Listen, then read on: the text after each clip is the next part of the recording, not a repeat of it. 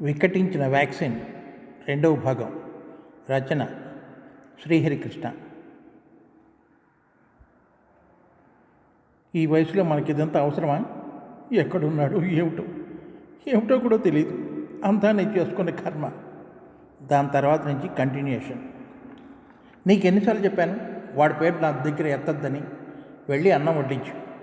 ఏమండి, నాకు వండటానికి ఓపిక ఉండటం లేదండి, వంట మనిషిని పెట్టించండి.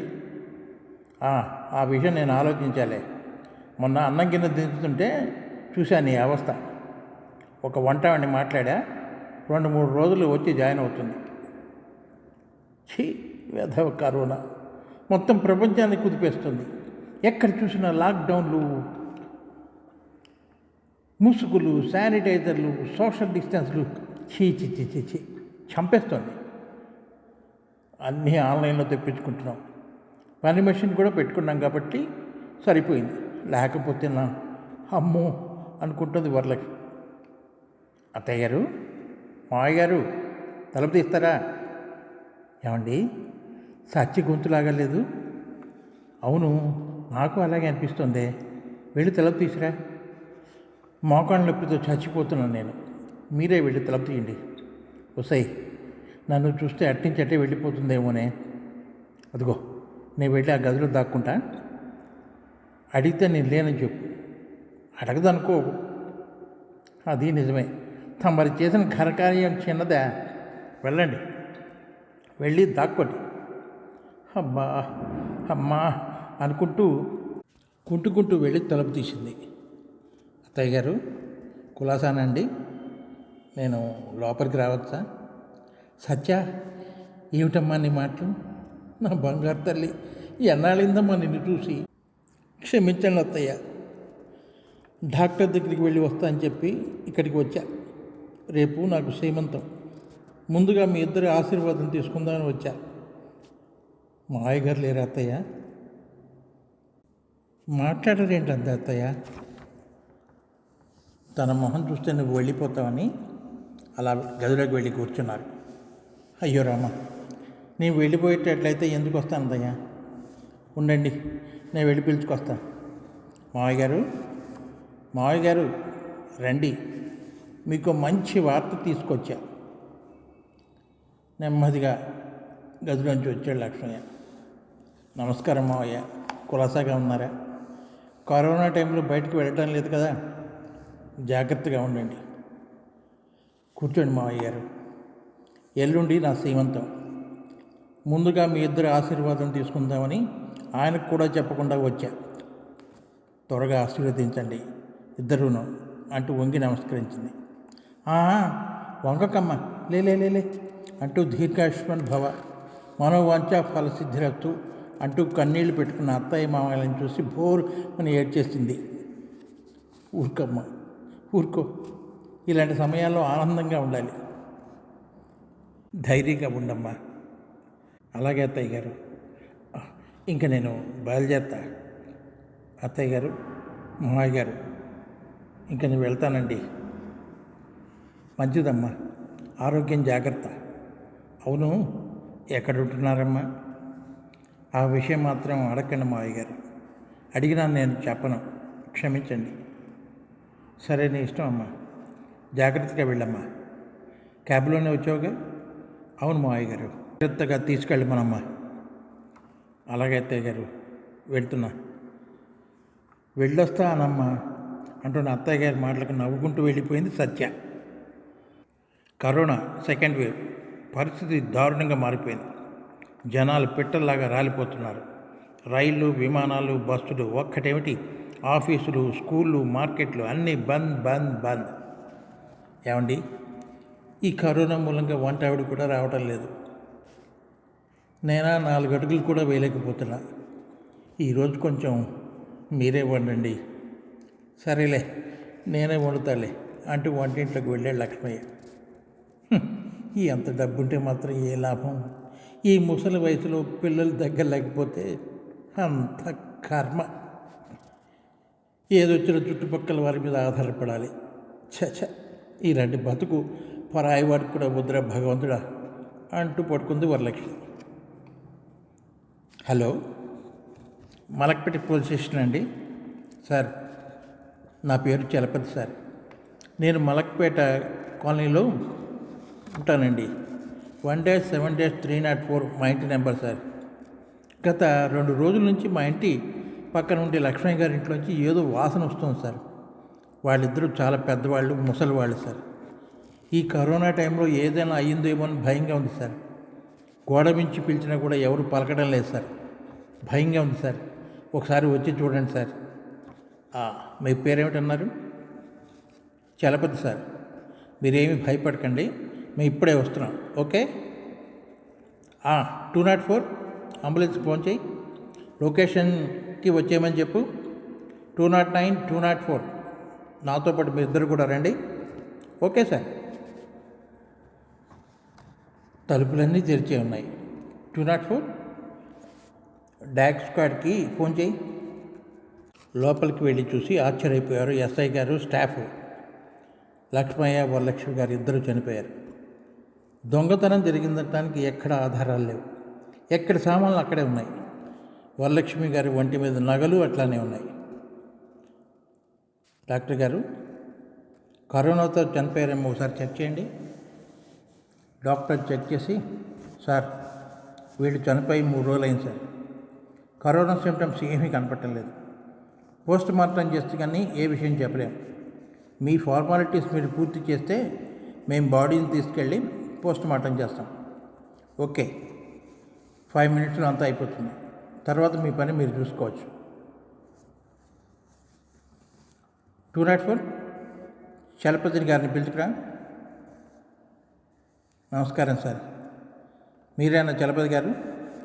ముందు మాస్క్ పెట్టుకోండి. Okay sir. అవును సార్, నేనే చలపతిని. మీకు ఫోన్ చేసింది కూడా నేనే సార్. చాలా భయంగా ఉంది సార్. మీరు చాలా మంచి పనే చేశారు. మీరేమీ భయపడకండి. మేము అడిగిన వాటికి సమాధానాలు చెప్పండి సార్. అలాగే సార్. ఈ లక్ష్మణ్ గారికి కొడుకులు, కూతుళ్ళు ఎవరూ లేరా? ఉన్నారు సార్. ఒక కొడుకు, 2 కూతుళ్ళు ఉన్నారు. కొడుకేమో ఎస్ఎఫ్సిలో జాబ్ చేస్తాడు. ఒక కూతురు బెంగళూరులోను, ఇంకో కూతురు చెన్నైలో ఉంటారని చెప్పారు. మరి వీళ్ళ కొడుకు వీళ్ళ దగ్గర కాకుండా ఇంకెక్కడ ఉంటున్నాడు పెద్దగా తెలియదు కానివ్వండి. క్రితం సంవత్సరం ఈసారి రిటైర్ అయ్యారు. ఏదో వీలునామా రాశారు. దాంతో కొడుక్కి వీళ్ళకి గొడవలు అయ్యాయని పూర్తిగా చెప్పకుండా చెప్పారు సార్. దాని తర్వాత వీళ్ళిద్దరూ ఎక్కడ ఉంటున్నారు సార్. ఈ ముసలాళ్ళిద్దరే ఇక్కడ ఉంటున్నారు. మొన్న ఈ మధ్య వీళ్ళ కోడలు కడుపుతో ఉంది, ఆశీర్వాదం తీసుకుందాను వచ్చిందని మా ఆవిడికి చెప్పిందట వరలక్ష్మి గారు. ఎన్ని రోజుల తర్వాత వచ్చింది అంటారు ఇక్కడికి? నాకు తెలిసినంతవరకు 5-6 నెలలు తర్వాత అనుకుంటానండి. అసలు వాళ్ళు ఎక్కడ ఉంటున్నారో ఎవరికీ తెలియదు. వీళ్ళకి కూడా తెలియదు. కోడలు వెళ్లే ముందు వరలక్ష్మి గారు అడిగిందట, ఎక్కడ ఉంటున్నారమ్మా అని. ఆ విషయం అడగండి అత్తయ్య గారు, అడిగినా కూడా నేను చెప్పను అని వెళ్ళిపోయిందట. వీళ్ళకి ఇంకెవరైనా శత్రువు లాంటి వాళ్ళు ఉన్నారా? ఆ విషయం నాకు తెలియదు సార్. ఇంకెవరైనా ఇంటికి వస్తారా? వంట మనిషి వస్తుంది సార్. చలపతి గారు, మా ఆవిడ వంటలు చేసుకోలేకపోతుందంటే మీకు తెలిసిన వంట ఆవిడ ఎవరైనా ఉంటే చెప్పండి అంటే నేనే పెట్టించాను రంగమ్మ అనే వంట ఆవిడని. మరి ఆవిడ ఎక్కడ ఉంటుంది? సరూర్ నగర్లో ఉంటుంది సార్. ఈ కరోనా మూలంగా 4 రోజుల నుంచి ఆవిడ కూడా రావటం లేదుట. మంచిదండి చలపతి గారు, అవసరమైతే కబురు పెడతాం, స్టేషన్కి రావాల్సి వస్తూ ఉంటుంది. సార్ భయంగా ఉంది సార్, నన్ను వదిలేయండి సార్. అరే కంగారు పడకండి సార్, ఇక మీరు వెళ్ళండి. అలాగే సార్, నమస్కారం. నాకెందుకో ఇవి న్యాచురల్ డెత్స్ లాగా లేవు. ఆస్తి తగాదాల మూలంగానే ఇద్దరిని హత్య చేసి ఉంటారని అనిపిస్తుంది. 204 మీరు వెళ్ళి క్లూస్ ఏమైనా దొరుకుతాయేమో చూడండి. ఓకే సార్, నాకు అలాగే అనిపిస్తుంది సార్. 204 ఫోటోగ్రాఫర్స్కి, డాష్ స్టాడ్కి, ఫోరెన్సిక్ వాళ్ళకి కూడా ఫోన్ చేసి రమ్మను. Okay sir. 209 స్టేషన్కి ఫోన్ చేసి ఎస్ఎఫ్సికి వెళ్ళి వాళ్ళ అబ్బాయిని పిలుచుకురమ్మను. సరే సార్. 10 నిమిషాల ఫోటోగ్రాఫరు, డాగ్ స్క్వాడ్, ఫోరెన్సిక్స్ వాళ్ళు వచ్చారు. జనాలు ఎవరు రాకుండా చూడండి, దూరంగా జరగండి, ఇక్కడికి ఎవరు రావద్దు, వచ్చారంటే లాఠీలకి పని చెప్పాల్సి వస్తుంది అంటూ జనాలను తెరవేశారు. డాగ్ స్క్వాడ్ లోపలికి వెళ్ళారు. గుమ్మం దగ్గర నుండి పక్కనున్న కిటికీ దగ్గరికి, తర్వాత లక్ష్మయ్య మంచం చుట్టూ తిరిగి అటునుంచి వంటగదిలోకి, వంటగది నుండి వరలక్ష్మి గారి మంచం దగ్గరికి, మళ్ళీ వంటింట్లోకి, అక్కడి నుండి మళ్ళీ వాకిట్లోకి వెళ్ళి అక్కడ ఆగిపోయాయి డాగ్స్. ఇదంతా వింతగా చూస్తున్నారు వీధి జనాలు. గంట అయింది, గోపి వచ్చాడు. ఇంకో అర్ధ గంటలో సత్య క్యాబ్ దిగి వచ్చింది. అత్తయ్యని మావయ్యని చూసి గొల్లు మంది నాన్న నాన్న అంటూ గోపి కుమిలిపోతున్నాడు. సార్, ఏం జరిగింది సార్? మా అమ్మ నాన్నని ఎవరైనా చంపారా సార్? లేక కరోనాతో చనిపోయారా సార్? చెప్పండి సార్. అది చెప్పాల్సింది మీరు. పక్కన చలపతి గారు ఫోన్ చేస్తే ఇక్కడికి వచ్చాం. ఎస్ఐ గారు, వాళ్ళ అబ్బాయి చేత ఈ ఫామ్స్ మీద సంతకం చేస్తే పోస్ట్ మార్టంకి ఈ బాడీని తీసుకెళ్ళాలి. ఆల్రెడీ 3 రోజులు అయిపోయింది చనిపోయి. ఇన్ఫెక్షన్ మొదలైతే చాలా ప్రాబ్లం అవుతుంది, స్ప్రెడ్ అవుతుంది. ఓకే ఓకే మిస్టర్ గోపి, ఈ పేపర్స్ మీద సంతకం చేయండి. బాడీస్ తీసుకెళ్ళి పోస్ట్ మార్టం చేస్తారు. అప్పుడు కానీ మీ పేరెంట్స్ ఎలా చనిపోయారో తెలుస్తుంది. రిపోర్ట్ వచ్చేలోగా మీ బంధువులకి కావాల్సిన వారందరికీ ఫోన్ చేసుకోండి. మీ సెల్ నెంబర్ మా కానిస్టేబుల్కి ఇవ్వండి. మళ్ళీ పిలుస్తాం. తప్పకుండా స్టేషన్కి రావాల్సి వస్తుంది ఎవరైనా సరే. మా ఎంక్వైరీలో మేము ఉంటాం. 204 దొరికిన క్లూస్ ఫోరెన్సిక్స్ ల్యాబ్కి పంపు. అలాగే సార్. ఒక రోజు అయిన తర్వాత చూడమ్మా, రా కూర్చోమ్మా, జాగ్రత్త. ఎన్నో నెలమ్మా, కంగారు పడకుండా నిదానంగా నిజాలే చెప్పమ్మా. 7వ నెల సార్. ఎన్ని రోజుల క్రితం నువ్వు ఇక్కడికి వచ్చావు? 1 వారం రోజుల క్రితం సార్. అవును, ఇన్నాళ్ళు రాని వాళ్ళు ఇప్పుడు రావాల్సిన అవసరం ఉంది. అందులోనూ కడుపుతో ఉన్నదానివి. ఈ కరోనా సమయంలో ఎంతో జాగ్రత్తలు తీసుకోవాలి.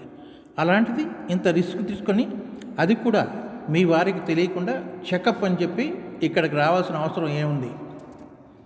మీ మామగారి మీద కోపం, ఆస్తి విషయంలో వీళ్ళ అమ్మ విషయంలో మీ వారిని చెంప పగలగొట్టారని, అది మీ దృష్టిలో పెట్టుకుని మీ అత్త మామూలు చంపడానికి ఏదైనా ప్లాన్ తీసుకుని వెళ్ళావా? నిజం చెప్పు. ఇన్ని నెలలు రాని దానివి మీ వారికి అబద్ధం చెప్పి రావాల్సిన అవసరం ఏమిటి? మీరు ఎక్కడున్నారో తెలియకుండా మేనేజ్ చేసిన వాళ్ళు ఇంత అర్థాంతరంగా రావాల్సిన అవసరం ఏంటి? ఒక్కసారి కూడా ఫోన్ ఈ సంవత్సర కాలంలో చేయలేదు. అలాంటిది నువ్వు నెల తప్పిన విషయం కూడా మీ అత్తమామలకు చెప్పని దానివి ఆశీర్వచనం తీసుకోవడానికి రావడం ఏంటి? వీళ్ళు ఎలా ఉన్నారు? వీరైతే పగ తీర్చుకోవడానికి ఏదైనా ప్లాన్తో వచ్చామని మాకు అనిపిస్తుంది. మీ అత్తగారు అడిగినా కూడా మీరు ఎక్కడున్నారో కూడా చెప్పకుండా వెళ్ళావు. నువ్వు వెళ్ళిన 1 వారం రోజులకే మీ అత్తమామలు ఇద్దరు మర్డర్ అయ్యారు. ఊపిరి ఆడకుండా వచ్చేసి మత్తు మంచు టాబ్లెట్ వారికి ఇచ్చి చంపేసినట్టు పోస్ట్ మార్టం రిపోర్ట్లో వచ్చింది. నిజం చెప్తే అంతా సజావుగా ఉంటుంది, లేకపోతే మా ట్రీట్మెంట్ చాలా డిఫరెంట్గా ఉంటుంది. చెప్పమ్మా. సార్, తల్లిదండ్రులు అంటే అత్త మమ్మల్ని నేను ఎందుకు చంపుకుంటా సార్? మీరు అన్నది కరెక్టే సార్. మేము వెళ్ళిపోయిన దగ్గర నుంచి ఒక్కసారి కూడా వీళ్ళకి ఫోన్ చేయలేదు సార్. ఎందుకంటే మా మామగారు రాసిన వీలునామాలో బాగా అన్యాయం జరిగిందని మా వారికి కోపం.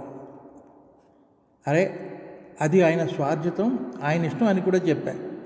కన్న కొడుకు కంటే కూతుళ్ళే ఎక్కువ అని వారి కోపం. కానీ మా మామగారు మా ఆయన కొట్టడం విషయంలో మా మామగారి మీద నాకున్న గౌరవం కాస్త పోయింది సార్. కోపం కూడా వచ్చింది సార్. నాకు 3వ నెల వచ్చిన తర్వాత ఆ శుభవార్తని మనసారా పంచుకుందామంటే నా కన్న తల్లి 4 సంవత్సరాల క్రితమే చనిపోయారు. నాన్నగారితో చెప్తే చాలా సంతోషం తల్లి అన్నారు, కానీ నాకెందుకో ఎక్కువ సంతోషం అనిపించలేదు. ఆడవారితో అంటే అక్కలు, చెల్లెళ్ళు, అత్త, అమ్మ, ఆడపడుచులతో పంచుకుంటే ఆనందం వేరుగా ఉంటుంది. మా వారితో మా మామగారు గొడవపడ్డ దగ్గర నుంచి మా ఆడపడుచులు నాతో మాట్లాడటం మానేశారు. ఏమైతే అయ్యింది, ఈ విషయం చెప్పేస్తా అంటే చెప్పావంటే నా మీద ఒట్టే అంటే నోరు మూసుకుని కూర్చున్నా సార్. 7వ నెల వచ్చింది. మా చుట్టుపక్కల వారితో కలిసి సీమంతం చేస్తానని మా వారు అన్నారు. చక్కగా ఆడపడుచులు, అత్తమామలు, అమ్మా నాన్నల సమక్షంలో జరుపుకోవాల్సిన ఈ వేడుక పరాయి వాళ్ళ సమక్షంలో జరుపుకుంటున్నందుకు చాలా ఏడుపు వచ్చింది సార్. ఏదేమైనా పర్లేదు, కనీసం మామయ్యల ఆశీర్వాదం తీసుకుందామని సీమంతానికి ఒక్కరోజు ముందు వచ్చి వారి ఆశీర్వాదం తీసుకున్నారు సార్. అంతేకాని వాళ్ళని చంపేంత నీచురాల్ని కాదు సార్.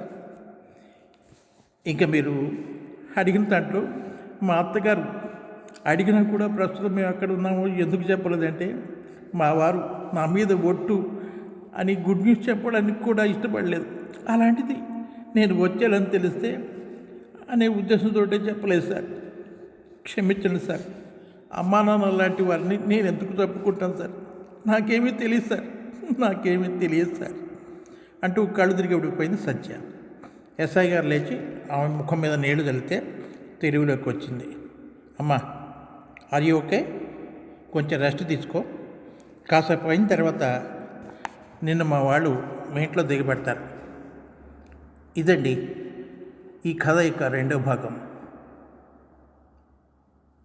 నచ్చితే లైక్ చేయండి, షేర్ చేయండి, సబ్స్క్రైబ్ చేయండి.